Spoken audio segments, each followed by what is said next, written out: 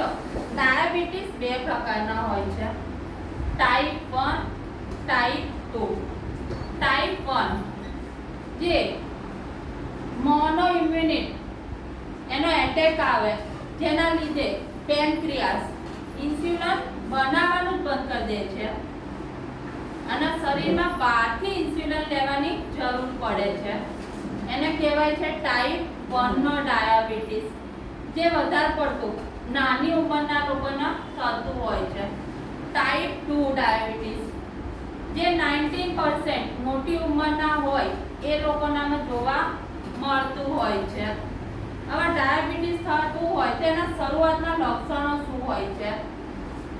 જેને પણ ડાયાબિટીસની શરૂઆત તો એમને જો ભૂખ વધારે લાગશે, વારે ઘડે થોડી વારે કંઈ ના કંઈ ખાવાની ઈચ્છા થતી હોય, ગોળીઓ ખાવાની કંઈ પણ ખાવાની ઈચ્છા થતી હોય, તરસ વધારે લાગે લોકોને, તરસ એ લોકોને વધારે લાગતી હોય છે, અમુક દુખાવા થતા હોય છે, બાથરૂમ વધારે લાગતી હોય છે લોકોને. જોજો આ પણ શરૂઆતના લક્ષણો છે.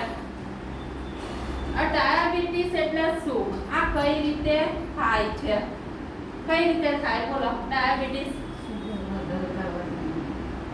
આમના હિસાબે સુગર વધારે ખાવાથી, બધા ચિંતા કરતા હોય, હા ઇંગ્લિશમાં ટેન્શન થયું ને ગુજરાતીમાં ચિંતા કહીએ છીએ. હા વધારે પડતી ચિંતા કરતા હોય, વજન ઘટી ગયો હોય, પછી વારસાગત પહેલા કહેતું હતું પણ અત્યારે વારસાગતમાં હોતું નથી. પ્રેગ્નન્સીના ટાઈમે પણ ડાયાબિટીસ આવતું હોય છે. પણ અત્યારે 90% જીવન જીવવાની જે આપણી પદ્ધતિ બદલાઈ ગઈ છે, એ જીવન જીવવાની પદ્ધતિ બદલાવાના હિસાબે 90% અત્યારે બધાનામાં ડાયાબિટીસ હોય છે જ. હવે આ ડાયાબિટીસ બધા કહે છે કે સુગરનો લીધે થતું હોય છે. તો આપણે જે ખોરાક લઈએ છીએ એ ખોરાકમાંથી જ કાર્બોહાઈડ્રેટ પ્લસ સુગર મળતું હોય છે અને એમાંથી શું થાય? ગ્લુકોઝ. હવે ગ્લુકોઝનું કામ શું છે? હા શક્તિ આપવાનું. ગ્લુકોઝનું કામ તો એ છે શક્તિ આપવાનું. જો અત્યારે હું ખાલી હાથ આમ કરું તો એ કઈ રીતે થાય છે કે ગ્લુકોઝ શક્તિ આપે છે. તમને કોઈને ચક્કર આવે, થાક લાગે તો તરત જ આપણે શું કરીએ છીએ? ગ્લુકોઝનું પાણી પી લઈએ છીએ, એનાથી આવી એનર્જી.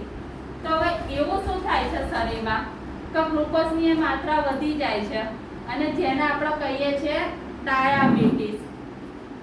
કૂતરાની જીભ જોઈ? એટલે કોઈ કૂતરાની જીભ નહીં જોઈ?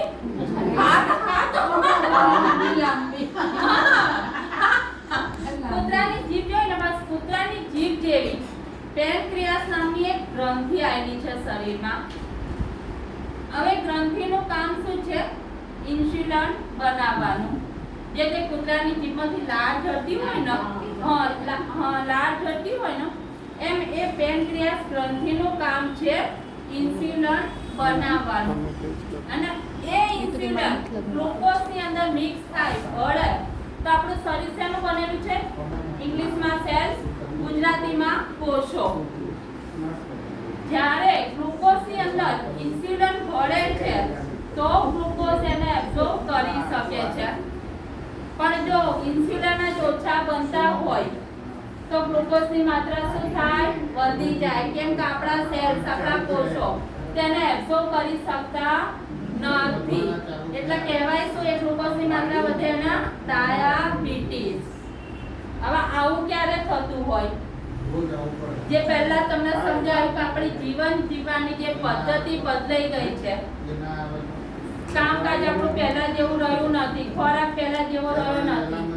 ગ્લુકોઝની જરૂર તો છે શરીરમાં પણ ઇન્સ્યુલિન જરૂરિયાત પ્રમાણે બનતા નથી. પેનક્રિયાસનું કામ ઓછું થઈ ગયું છે. હવે કામ ક્યારે ઓછું થાય? કે જ્યારે પ્રોપર બ્લડ સર્ક્યુલેશન થતું નથી.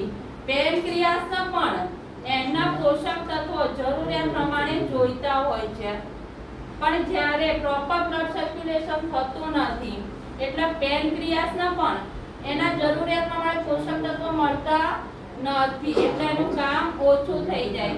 અને ઇન્સ્યુલિન બનાવવાનું એ ઓછું કરી દે છે અને ઇન્સ્યુલિન ગ્લુકોઝમાં ભળતું નથી એટલે આપણા કોષો તે ગ્લુકોઝને એબ્સોર્બ કરી શકતા નથી અને કહેવામાં કહીએ કે ડાયાબિટીસ. હવે આપણી થેરાપીથી એ ડાયાબિટીસ કઈ રીતે મટે છે? તમારી સામું જ આ મેડમ બેઠા છે, બહુ વધારે એમને ડાયાબિટીસ હતું, અત્યારે હાલમાં એમના કંટ્રોલમાં છે. ડાયાબિટીસની આડઅસર કેટલી વધારે ખતરનાક થતી હોય છે. જો ડાયાબિટીસ તમારા એ વેરિકોઝ વેન કે ઉદય પણ આ ડાયાબિટીસ અંદર બધા રિવાર્ડ છે. હા, અંદર સૌથી પહેલા તમારે છે ને કિડની, હા સૌથી પહેલા તમારે કિડની, આંખો, મગજ, બધા ને એ એક જાતનું શું થયું શુગર જે આપણે કહ્યું એ બધા આપણા ઓર્ગન્સ પર જામ થતું જાય છે એટલે આ બધા અંગોને બગાડે છે. પણ આપણી થેરાપી કન્ટિન્યુ લેશે તો પ્રોપર બ્લડ સર્ક્યુલેશન થશે. પ્રોપર બ્લડ સર્ક્યુલેશન થશે એટલે શું થયું પેનક્રિયાસને પણ એના જરૂરિયાત પ્રમાણે પોષક તત્વો મળતા થયા. પેનક્રિયાસને એના પોષક તત્વો મળતા થયા તો ઇન્સ્યુલિન બનવાનું સ્ટાર્ટ થઈ ગયું. ઇન્સ્યુલિન બન્યા એટલે ગ્લુકોઝમાં ભળ્યા અને આપણા સેલ્સ તેને એબ્સોર્બ કરવા લાગ્યું એટલે ધીરે ધીરે ડાયાબિટીસ કંટ્રોલમાં આવવા લાગે છે. પણ થેરાપી તમે ચાલુ રાખો છો તો જ્યારે તમને ફાયદાની શરૂઆત થાય તો ડાયાબિટીસ વધારે આવવા લાગે છે. 100 ની જગ્યાએ 150, 130, 140 આ રીતે વધારે આવવા લાગે છે. કેમ કે જે અંગો ઉપર તમે કહો કે જામ થતું હોય છે, સુગરની જમા થતો હોય એ ધીરે ધીરે ઓગળી રહ્યો છે. એના હિસાબે શરૂઆતમાં ડાયાબિટીસ વધારે આવે છે. પણ થેરાપી તમે ગભરાયા વિના, ટેન્શન કર્યા વિના વિશ્વાસથી ચાલુ જ રાખો છો તો ધીરે ધીરે ડાયાબિટીસ પણ કંટ્રોલમાં આવે છે.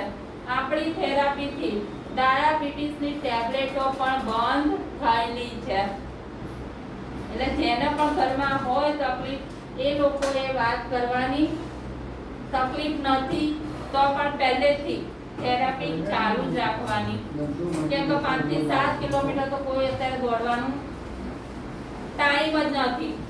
શરીર તો સાથ આપવા પણ સમયનો અભાવ છે અને આપણું મશીન એ જ કામ કરે છે કે 5 થી 7 કિલોમીટર ફાસ્ટ વોકિંગ કરો અને શરીરમાં જેટલું બ્લડ ફરે એટલું જ બ્લડ બેઠા બેઠા 30 મિનિટ આ થેરાપી ફેરવી આપે છે. બીજો કોઈનો કંઈ સવાલ હોય